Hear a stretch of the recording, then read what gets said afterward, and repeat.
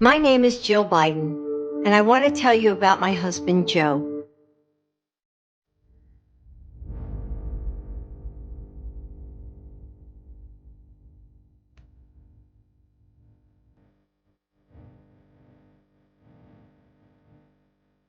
پێنجار داوای هاوسەرگیری لێکردووە و لە کۆتاییدا توانی ڕازی بکات ببێتە هاوسەری. ڕۆڵی بەرچاوی هەبووە لە سەرکەوتنی هاوسەرەکەیدا لە هەڵبژاردننی سەرۆکایەتی. جیل بایدن، خانمی یەکەمی ئەمریکا، تەمەنی 69 ساڵە و خاوەنی بڕوانامەی دکتۆرایە. پێش بایدن هاوسەرگیری لەگەڵ یەکێک لە یاریزانە دیارەکانی یاری باسکە کردووە. ساڵی 1970 لەگەڵ جۆ بایدن هاوسەرگیری کردووە.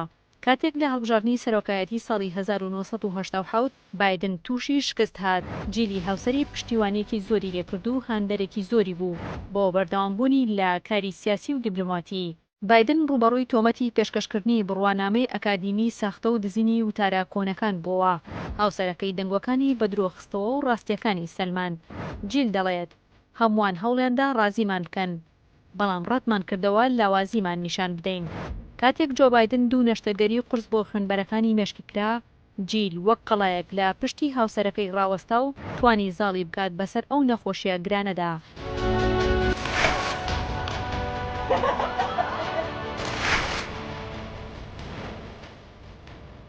جۆ بایدن لە کتێبی یادەوەریەکانیدا وەک سوپاسگوزاریەک بۆ هاوسەرەکەی ناوی کتێبەکەی ناوە ئەو بەڵێنەی پێویستە پارێزگاری لێ بکەین.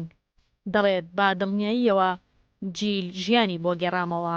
جیل دووجار کتێبی پیرۆزی هەڵگرتووە لە هەردوو ساڵی 2009 و 2013 کاتێک بایدن وەک جێگری ئۆباما سوێندی یاسایی خوارد. لە ساڵی 2016 بەهۆی کۆچی دوای کوڕەکەیەوە کە بە نەخۆشی شێرپەنجە کۆچی دوای کرد، بایدن لە خۆکاندیدکردن بۆ سەرۆکایەتی کشایەوە. جیل بە تەواوی هانیدا خۆڕاگر بێت بۆ خولی داهاتوو خۆی کاندید بکات. کاتێک بایدن بووە کاندیدی دیموکراتەکان لە هەڵبژاردننی سەرۆکایەتی ئەمریکا، جیل بووە دەنگێکی کاریگەر لە هەڵمەتی بانگەشەی هەڵبژاردننی بایدن.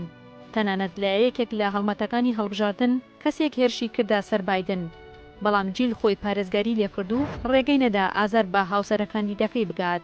سەرچاوەکان دەڵێن جیل بەردەوام لە هەموو هەنگاوێکدا لە پشتی هاوسەرەکەی بووە و وزە و توانای باشی پێبەخشیوە بۆ ئەوەی سەر بکەوێت بە سەر ئاستەنگیەکاندا.